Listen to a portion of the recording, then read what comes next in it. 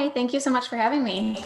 Hi, thanks so much for being here. I'm so happy to have you on. Would you mind just introducing yourself a little bit to the audience and then we're going to dive in? Yeah, absolutely. So my name is Aubree Malick, and I'm a wife. I have two little boys, and I'm also a business owner. I started out not being a business owner. I was an elementary teacher with no business background, but always had this pull and just desire to want to push myself and to try new things. And about 2.5 years ago, I stumbled upon freelancing and becoming a virtual assistant. And I was really at a pivotal moment where I was ready to step away from the classroom, not because I didn't love what I did, but because I really wanted a schedule that I could work around my family. And my oldest son had some health issues and he was going through speech therapy. And we just knew it was a time in our family where I needed to step away so that I could support him and provide the health that he needed during that time. And at the time I was 7 months pregnant, and I kind of made it a goal, a lofty goal, to step away from the classroom before my second son was born. So I dove into freelancing, finding clients, marketing, learning all that I can, like gaining all this new knowledge, learning tons of new business language that I'd never heard before, but really made it my goal to do that. And so it was just consistent action every single day, working, networking, and I was able to do that. My last day in the classroom was the day before my second son was born, and I haven't looked back ever since. But about a year into it, when I really scaled my business and had consistent clients and really great income, I was missing that piece of teaching because, like I said, I love what I did as a teacher, but I just knew that it couldn't right now at this point in my life be within the four walls of a classroom. So I started to kind of lean into that again, feeling that pull that there's something else I should be doing, and transitioned into not only being a freelancer, providing done for you services to my clients, but also guiding and mentoring and coaching other virtual assistants who want to get their business up off the ground, or they have a business, but they don't have the consistency. It's not at a place where they can maybe walk away from their 9 to 5. So really helping them through that, getting their systems in place, refining their service, and really narrowing down on their marketing so they can be effective. So that's kind of the short story of how I got to where I am today and what I'm up to now. Wow. Well, thank you for giving that. Yeah, I know it's hard to kind of like summarize everything, but you did such a good job explaining, running us through your kind of where you've been and where you are. And I can't wait to dive deep. So with that, I want to talk all about this VA world. So for those of you guys listening that don't know what a VA is, I just want to be really inclusive and make sure everybody understands the topic. So this is all around virtual assistants. This industry has just exploded. And I love your business model and exactly how you're helping these moms or other women that are, freelancers, and you're trying to get them off the ground so that they have a very profitable business. I think it is a genius business model that you've got going on. So do you think you can maybe talk a little bit about, say that I'm a busy mom and I'm just starting to get some profit, some income, and I'm just getting really overwhelmed. I can't keep up with my business anymore. What is the first step we take to embark on this journey of considering getting a VA? Yeah, absolutely. And to your point too about it exploding, it truly is, particularly in the last, 10 months when all these businesses who they did things the way they did them, they were brick and mortar, they just were like, business is going fine. We don't need to bring our business online, or eventually we'll bring our businesses online. And now they're kind of forced to, because that's the way that things are going. And I think that even if things do go back to normal, like we are in a very heavy digital era now, and having an online presence is super, super important. So yes, like it's a very hot time for VAs, and also for business owners who are looking to hire VAs. Like it's a really great marriage right there. So what I would say to people, if you're running a business, if you have a lot of things, if you're looking to hire, the first thing, I would make a list of everything that you have to do to make your business run, because there are a lot of things. And then from that list, I would look at the things that you absolutely hate doing, the things that you like dread, they're always last on your to-do list.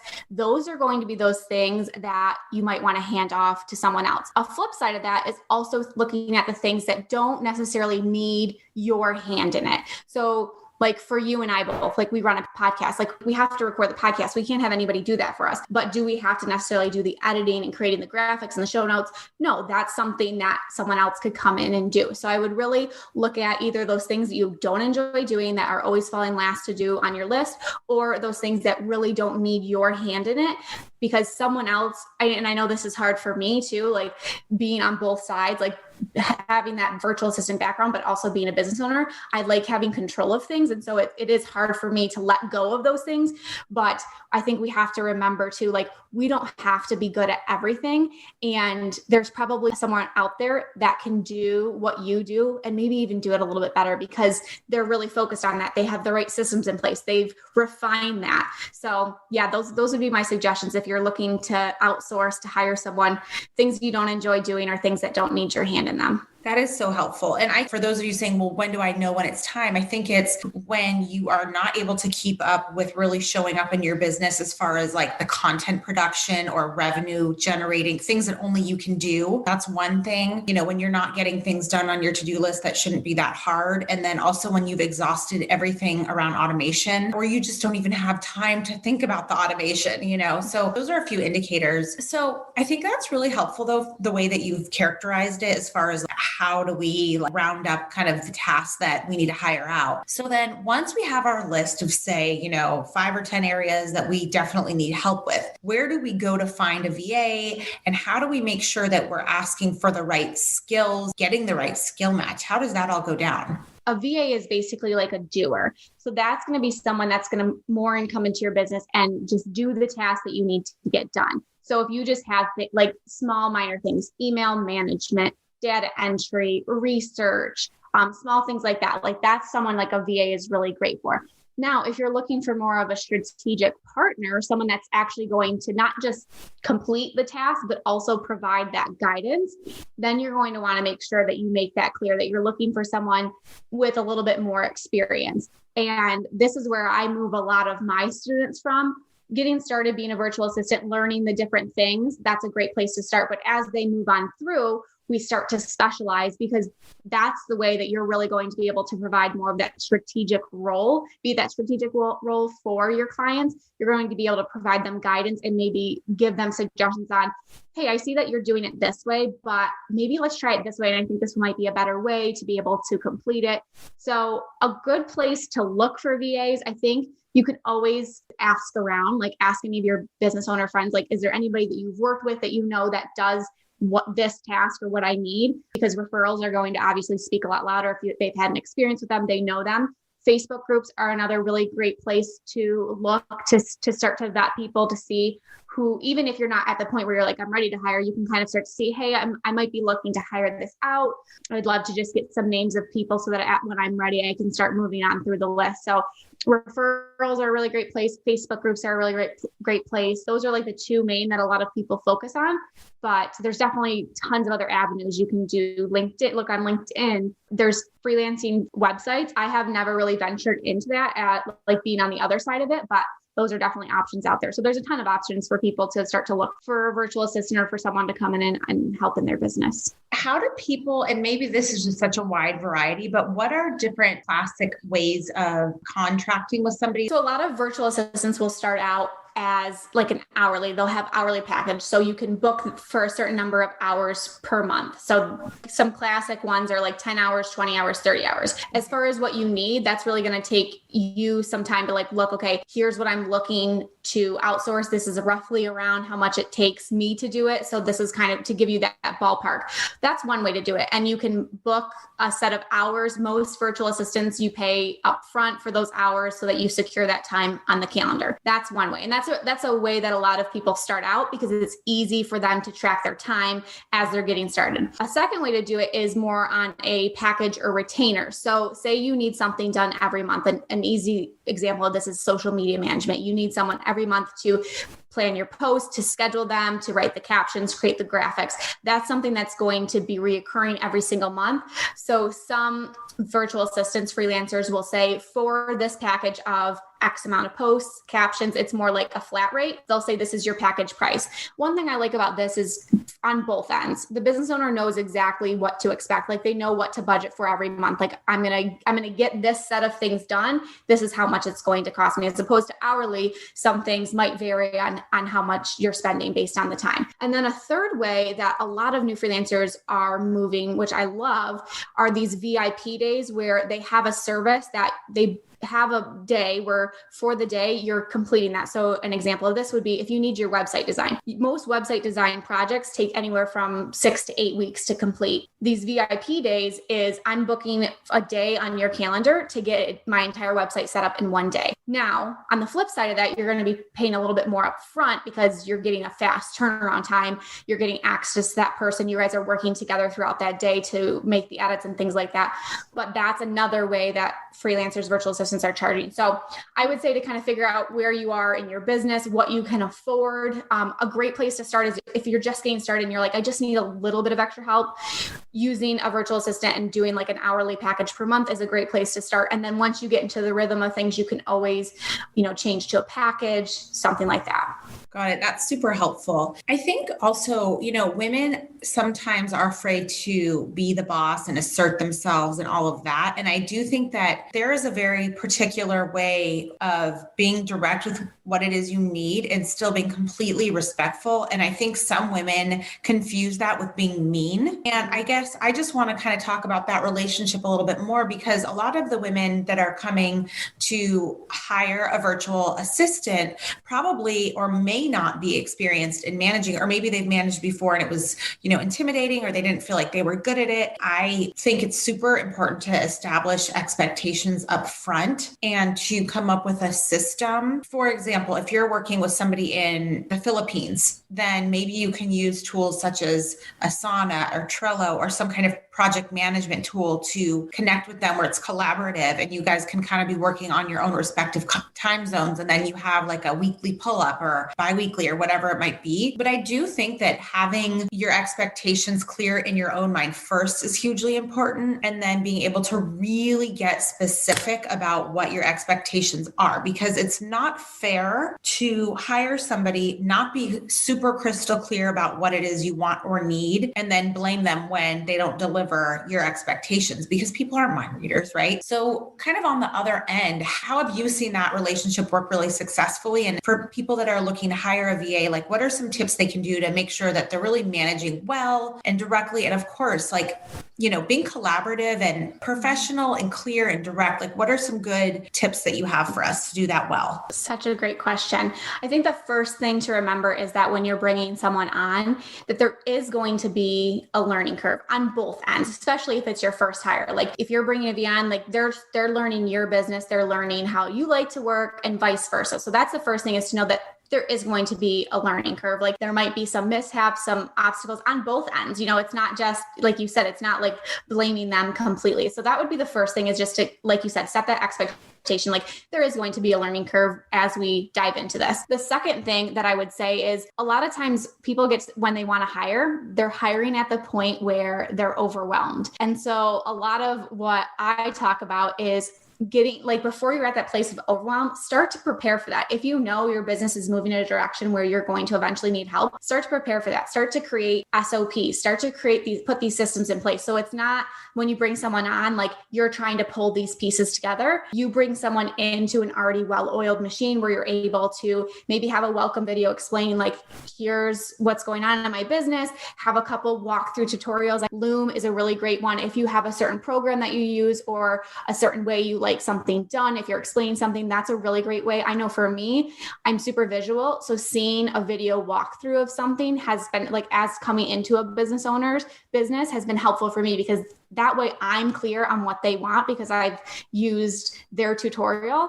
And that kind of just sets the stage. Having those SOPs, which are standard operating procedures, for anyone who's unsure of that, that's just kind of how you go through certain pieces of your business, how you operate them, what that looks like. And this could be written out in text form. This can be a video walkthrough, but those are two tips I would say is keep an open mind, know that there's a learning curve bringing people in. And then before you bring people in, taking the time to really set up those systems and those procedures so that you bring someone in and they already can start out on the right foot because they know exactly what's going on in your business and how they can support you best. I love that. Yeah, setting them up for success. And I love that idea about the video recording. I never thought about that. And I'm also very visual. So I love that because it's something that somebody could refer back to and then really watch and see the step-by-step process and investing the time to get them set up properly. So I do think there's a lot of ownership and accountability that needs to happen when you hire somebody. Another thing as far as like management styles or leadership tips on that note briefly, I always like to assume that if somebody doesn't know something that I'm managing, like something that I thought I made clear and then it wasn't clear, I'm a fan of taking accountability for not communicating it properly. I think that is really important. And seeing your hire, whoever that hire is, whether they're full-time or a contractor or whatever, seeing them as a team member and respecting them for their skills and their knowledge and being open to listening to them and taking time for their questions and just understanding their struggles and all of that stuff, I think is just all super important. You talked about try not to hire like when you're already way overloaded. And I've heard that from Amy Porterfield. She said that. What about if somebody isn't quite making money yet? Is it worth it? Is this something that you would say, you know what, make a small investment because it's going to free up your time and it's worth the investment? Or do you think someone needs to get a little bit more like on steady ground and get their footing and make sure that they have a viable business before they invest? Like, how do we make that judgment call? It's a little bit of both, but you're right. I think a big thing that I stand firm in, and I believe like in all aspects, not just in my business, but in life, time is our greatest commodity and we can never get that time back. We could always earn more money. There's always things that we could do to get more money. Like, even if, tomorrow my business crumbles to the ground, like I could go back and get a teaching job, like we can always do that, but we can't ever get back more time. So for me, I look at it from that perspective, like what you were talking about, what's going to be more valuable to me. If I try to do all of this and, work myself to the bone and work all hours of the day, or if I take a small investment. And that's like a big thing that I would say when you're going to make your first hire, it doesn't need to be huge. You don't need to sign this, $1,200 package with someone. You can start small, bringing on a VA and just saying, look, I'm just testing this out. There's just a couple things I got to free up so that I can, in turn, as the business owner, as the visionary, I can go back to the parts of my business that need me, that I'm really good at. So starting small, but I do think that freeing up that time with those mindless tasks that, again, don't need you is going to allow you to put focus back in your business and grow your business exponentially because you're not bogged down by those things. So like I said, kind of in between, like obviously if you're making $0, like probably not yet, but if you're, getting, a couple months in and you're realizing this is growing and I could take it to that next level. If I had someone helping me with some of these smaller things, then I would look there. And again, starting small. It doesn't need to be this huge hire. It can be helping me out for 3 to 5 hours a week, just doing some of these things that need to get done for my business to continue to run, but they don't need me. That is so encouraging and so helpful. It quells my anxiety about it because we do tend to think in like very big black or white terms. And I love that you're highlighting that there might be this gray area that we should be exploring and, maybe kind of dip our toes in before we dive into the deep end, which I think is very comforting. So thank you. I would love to ask you about your impression on Clubhouse. I always say that you can't be on every platform. There's just no way. If you're trying to be 30 minutes on Facebook, 30 minutes on Instagram, and 30 minutes on Twitter or Clubhouse, like that's going to stretch you too thin. And you're really not going to be able to dive deep within any of those platforms. You're not going to be able to make those connections and network. Say you took that 90 minutes that you had in the week to actually network, market, make those connections, and you focused in on one platform. What could that do for your business if you're super intentional about it? So I would say pick 1 to 2 platforms that that you enjoy and that you can be consistent in. That's like a big thing. So I'll talk about this with Clubhouse because for some people, Clubhouse is the new shiny object and it is a really great piece, but are you going to be consistent? Are you really going to show up? Are you going to utilize it to its place? So when I first got started, I solely focused on Facebook. It was where I was getting the most traction, most connections. It was working for me. So I was going to work for it. So I just focused my attention there. As my business shifted and I started to shift into more of this mentor coach role, I started to devote a little bit more time to Instagram, getting on stories, showing the behind the scenes, showing up on in my feed, different things like that. I shifted that time to that because I didn't need to do as much networking and marketing because that was already paying off for me. People were talking about me, referring me, different things like that. And now I'm shifting again to Clubhouse because I love it for a lot of different reasons. And I think we do have to, as far as social media goes in any way, we have to set boundaries in place and we have to be super intentional. Like, why are we getting on this app? What is the purpose for it? What do I need to get done while I'm in here? And then closing our phone, because it can become super addictive and the lines can get blurred. And before you know, like, you could be sitting down to work and before you know it, you're on Instagram scrolling and doing nothing, just scrolling. So as far as Clubhouse goes, I really love it because it kind of levels the playing field for a lot of different industries, business owners, moms. We're showing up as our authentic self. You can't fake it.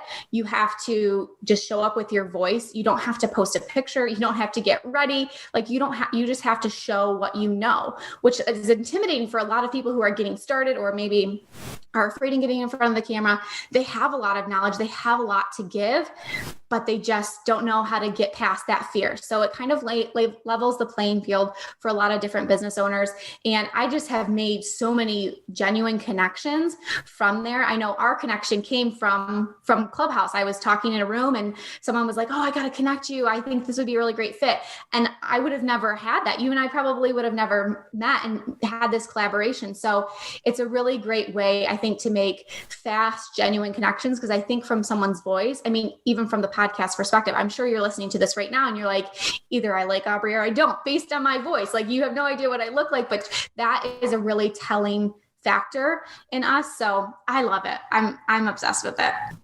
First of all, I love your voice and I love your podcast. And I do want to talk about that in a second. But the reason why I loved this idea of you kind of talking about your perspective from Clubhouse, because I've seen a lot of mixed comments. And one of them kind of ties back to what you were saying, which is around, it's just too much. There's a lot going on. And I love that you kind of talked about how to use it as a tool, how to set boundaries and how to be intentional. Didn't you go ahead and say, I'm just going to try this out for a couple of weeks when you were trying to see the art of the possible and see the impact on your business? Mm-hmm. And how did that go for you? Yeah, I think that's a really great place to start. Like, if something new comes up, like it is hard. There's shiny objects all around. And I think that's kind of how I am to a lot of different things. I'm going to try this out. I'm going to give it a good go. If it works, great. If it doesn't, okay. And just kind of see what happens. And it's benefited me, not just in the fact that, like, I'm not solely going on there just to get leads, which is a really great place to find qualified leads, because people are listening on conversations and a lot of them are, looking for something or just looking to network. So I will say, like, that has been beneficial, but it's just allowed me to connect, like I said, with people that I would have never had a chance to. And a lot of times on Instagram, it's the same noise. I'm following, the same people. So I'm seeing a lot of the same things. I'm seeing a lot of the same conversations.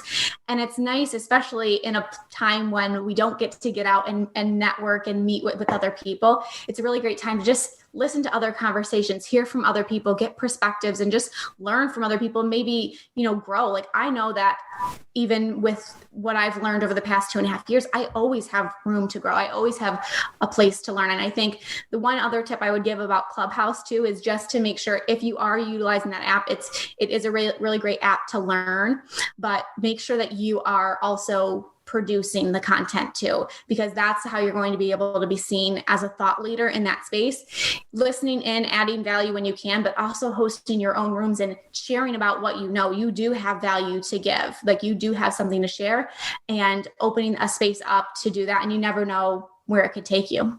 It's just really fun to hear from all these interesting, people out there and learn and, expand your audience and your network and I love it. Your reach. It's been really interesting. And for those of you that aren't sure about Clubhouse, you can go onto one of my previous episodes, episode 25, where I kind of do a breakdown and just kind of listen. It's pretty quick. It's like 13 minutes. So I just kind of explain it because I know it's kind of like a black box for a lot of people because it's invite only and all of that. So yeah, I appreciate you sharing that really interesting perspective on it. It's funny because I was kind of stalking your Instagram this morning and I was a little bit surprised because you and I were separately doing something inside of both of of our Facebook groups that was very similar. And I would not have known that if I didn't happen to see that one story that you posted. So I had posted inside my Facebook group that I wanted to get practice just going live, just getting comfortable, because I'm not super excited to be in front of the camera, and I love to podcast. And I know you're similar in terms of you have this wonderful platform. And I said, you know what? I'm going to motivate everybody in my group to kind of just play and practice and step into their power in a different way and in a different light. So the reason why that came about is because one of my coachees, we were talking about that it's uncomfortable for her to step into her power as, a stay-at-home mom, and she's looking for this identity, and now seeing herself as like a business owner is very uncomfortable and it's almost surprising. And so I was pushing for my folks to go in there and really own their power and their space and step into it and just try it on for size, just trying it on for size. What was kind of the thought when you were doing that inside your Facebook group, and what have you seen? Yeah, very similar too. And we were talking about this whole idea of our titles as business owners. So what we are claiming to be. And I was encouraging the members in my Facebook group, whatever it is that you're trying to be, like if you're trying to be a graphic designer or social media manager, you have to claim it with confidence. It's so easy to fall back on the titles that we're used to. I'm a mom, I'm a teacher. Like those are easy things to just say. And we believe that those things are true. But sometimes it's hard as we step into this new place as a business owner to claim that title and to claim it with confidence. And so I was encouraging them to not only say, who they are and what they do and who they serve, but to say it in the present tense, even if it's something that they're working towards. Like if they're working towards offering graphic design services, saying, I am a graphic designer, because what that tells your brain is you're going to start taking action based on how someone who is a graphic designer, what to do and who to network with and what steps you should take. And I encourage them to go live because it's a safe space to be able to get comfortable saying it. Because sometimes people say, oh, what's going on? What do you do? And it's like, like you get tongue tied and you're not sure like what to say. And so practicing it, and I was like, as silly as it sounds, like looking in the mirror and saying like, I'm a graphic designer and I help female entrepreneurs create awesome graphics for, whatever it is, and practicing it and getting really good at it, because that's something that's going to help you. Like when you jump into a clubhouse room and you get on the stage and it's time to speak, knowing what you do and being able to say that with clarity and with confidence. So we were working through those I help statements, and it was really, it really inspired me, because I told them to comment, but then I said, you know what, I challenge you to go live, because it's going to be a really great opportunity for you to claim that with confidence. So yeah, it was a really exciting time for those members in my group. I absolutely just am so inspired just hearing that. And I totally echo the importance of stepping into that power, claiming your space, claiming your titles. It's just very in line with some of the things that I had been kind of working through inside my group as well. I want to challenge anyone that's listening. I'm going to challenge you. And I know, Aubree, you're with me on this. We collectively challenge you to pause this episode right now and claim your power, claim your title. I am whoever you are, what you do, how you serve, and I want you to just pause it, and I want you to say it, and I want you to say it again until you're comfortable. And the next step to that is, Aubree, you and I both have very similar yet very different Facebook groups. So I invite all of you to check out our Facebook groups, and you can find our Facebook groups linked in the episode notes, in the show notes below. And please go ahead and make sure that you are, checking out Aubree, looking at all her content. And I know there's many stay-at-home moms listening that are like, I want to be a virtual assistant. What is that about? Or maybe I think I want to be. So if that is you, please, Aubree is your starting point. Go talk to her. She is the person. She is your person. So Aubree, with that, can you maybe talk a little bit about your podcast? How long have you been doing it? And kind of what are your highlights of your podcast for folks that want to check it out? Yeah, absolutely. So my podcast is called the Freelancer to CEO podcast. It didn't start out that way. We've been going for about 1.5 years. And when I started, the podcast was called Mom with Purpose, which is still very much a core part of the podcast. I started as a way just to kind of share what I was going through as a mom, how I had built my business, how I had transitioned, how I'd overcome those fears and those worries about what are other people going to think, and just sharing that. Like that's really what it was about, is just being able to support another mom.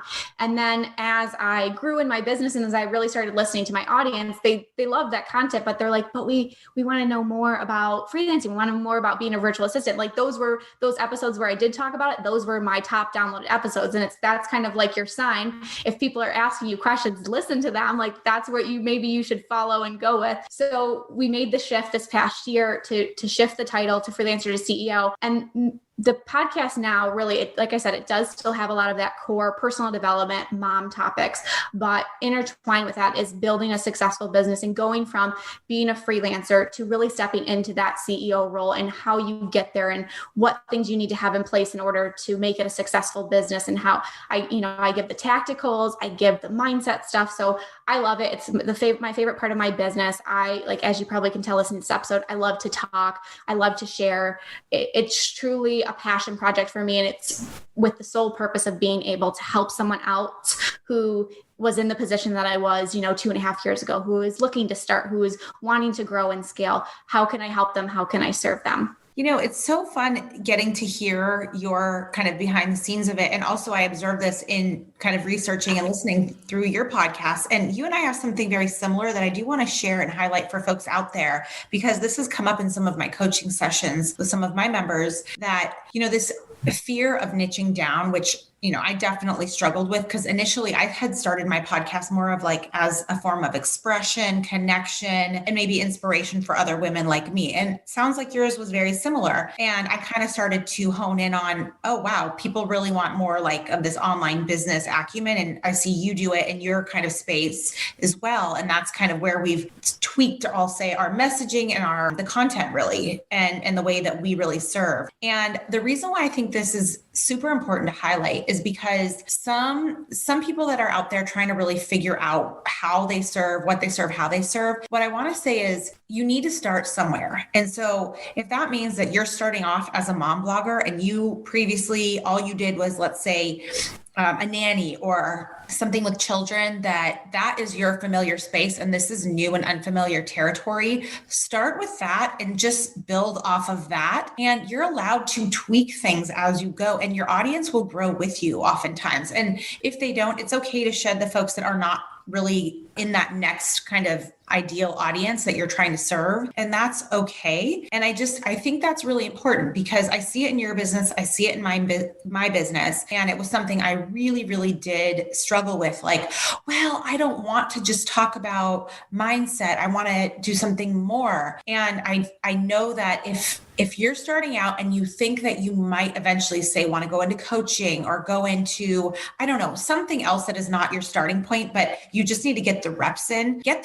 start where you can, get stuff done in your comfortable space, and you're allowed to grow and change. I mean, look at Aubree's podcast, look at my podcast, just as, cursory examples. And there's so many examples of this out there. 1,010%. I think sometimes we get into business and we think the decisions that we make are the end all be all. And that, that's why some people struggle so much to get started, because they're like, but I can't make a decision because they think it's even something as silly as like your brand colors. Like they get so hung up on that. I see that a lot of times with people who are getting started, and it's like, it can change. Just get started. Just take those steps, move forward. As you grow and evolve, you can pivot, you can change. And to your point about finding that sweet spot of doing what you're passionate about, but also serving your audience, that's where the real magic's going to come from. I was so nervous to make that switch. I thought, no one's going to be able to find me anymore. My podcast grew exponentially when I changed it, because people came to me and they said, either she's for me or she's not. And that's okay. I don't need to be for everybody. I think about that too with like email subscribers. Like some people are like, I hate losing email subscribers. And I'm like, if they're not for me, that's okay. I want to make space for the people who are. I'm not trying to build this like humongous empire with like tens of thousands of people. I want to serve the people in my community. And I can do that better when people know, yeah, like her content's not for me. And that's okay. Like no ill feelings, but I want people to come to my page, my podcast, hear me speak and say, yeah, I want to learn more from her, or nah, not my cup of tea. And that's totally fine. And that's something you have to kind of come to terms with, because it's hard, especially me. I'm a people pleaser. I want to please everybody, but I've come to terms with it's okay that not everybody's going to love my stuff, because that just makes space for the people who are, and I can serve them with a deep passion. So Absolutely. I love the way that you kind of capture that too. And, I've heard that from all the different coaches, and I heard it from Julie Solomon. I've heard it from Amy Porterfield. This is a really big part of your business. It's the underpinning of what you do and how you serve and all of that. And I'll say this, something that I keep saying to myself is, if I can find that one thing, if I can serve one person, I can serve 1,000. And you would rather get really, really clear for that one person and serving them really well, exactly as you're describing, that one profile of people, and going super deep and going super, super authentic and just giving them everything that they need. And the other thing is, when someone says to you, oh my gosh, that's exactly where I'm at, that's when you start to know. Like to your point, when people started to react to you and you started to get more downloads on business type episodes, I had the same experience. And then having the dialogue with folks, oh my gosh, that's exactly where I'm at. That's your signal. So keep going in that direction, but you can't get there unless you start somewhere. And like you say, people get hung up, and I'm saying people, including myself, I'm not saying I'm above it. I think it's all of us. It's so easy to get so caught up in these, what I'll call details, because you think, oh my gosh, it is final, but we're letting you know it's not final. If you have to change your branding, if you have to change your messaging, if you have to change any of that stuff, even your niche, it's okay. But just going through the exercise of learning the game is super, super important. And just putting, doing the reps. It's like a workout, just acquiring skills every day and whatever it is that you're trying to do, and just, refining that craft every day. Now, I want to thank you so, so much. It has been a complete pleasure. If someone wants to get in touch with you or become part of your community, how do they reach you? How do they find you? What's the best way? Yeah, it's going to be really super easy because I've tried to stay consistent across all the platforms. So Instagram is my name, Aubree Malick, my website, aubreemalick.com. If you want to join the Facebook community that we talked about, that's aubreemalick.com/community. And then if you are looking to get started with your virtual assistant business, if this is something you're thinking about, my brand new digital product, which is really going to help those women who want to start a VA business, get it up off the ground. And so that's called The Prep. And you can find more information about that at aubreemalick.com/theprep, all one word. Oh, that sounds amazing. I'm sure there are so many women listening right now saying, gosh, I would like to make money and work from home and have my kids still around and not have to, just be one or the other, so to speak. So, this is really a huge, huge opportunity. I love that you've opened and created that space and these tools to get people started. So thank you again for joining me and for sharing all of this. This is just great. I just really appreciate you. And thank you again. Thank you so much for having me. It's been a blast. All right, that is it for today. Now, as you know, some of our best conversations actually happen after the show. So I want you to find me on Instagram at Kimberly Lovey and let me know your thoughts about today's show. You can screenshot this episode and let us know what your biggest takeaway was and tag me at Kimberly Lovey, and we can share it on our stories. I will see you again, same time, same place next week.